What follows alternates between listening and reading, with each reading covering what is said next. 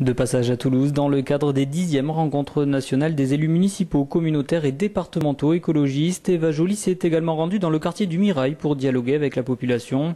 Reçue à la maison des chômeurs de la Rennerie, ce sont ses propositions pour le logement que la candidate d'Europe Écologie Les Verts a mis en avant, proposant la réhabilitation thermique, un moratoire sur les loyers ou encore l'interdiction des expulsions sans relogement.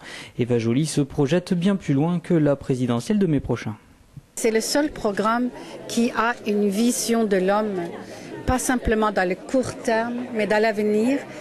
Et nous agissons local, mais nous pensons global. C'est-à-dire que nous savons, pour que le monde soit en paix, dans 10 ans, 20 ans, il va falloir partager. Il va falloir qu'il y ait un développement aussi en Afrique. Il va falloir que nous partageons les ressources beaucoup plus équitablement que nous le faisons aujourd'hui. Accompagnée de la candidate écologiste à la présidentielle de 2007, Dominique Voynet, Eva Joly a également mis en avant la notion de justice territoriale. En effet, selon elle, un quartier d'affaires peut très bien voir le jour en dehors du centre-ville.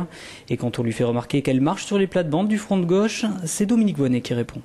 Ils ont appris à parler effectivement de l'isolation thermique et phonique des logements, ils ont appris à se poser des questions sur le coût du kilowattheure nucléaire, mais quelle est réellement la position du front de gauche?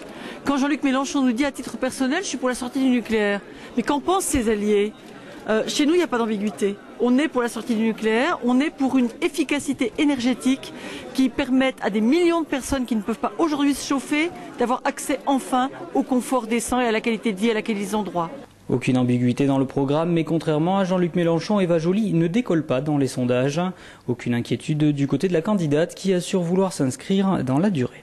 Les idées sont en train de devenir majoritaires. C'est une question de temps. La conception que nous avions de la protection nécessaire pour l'eau, par exemple, dès 1974, aujourd'hui c'est une évidence.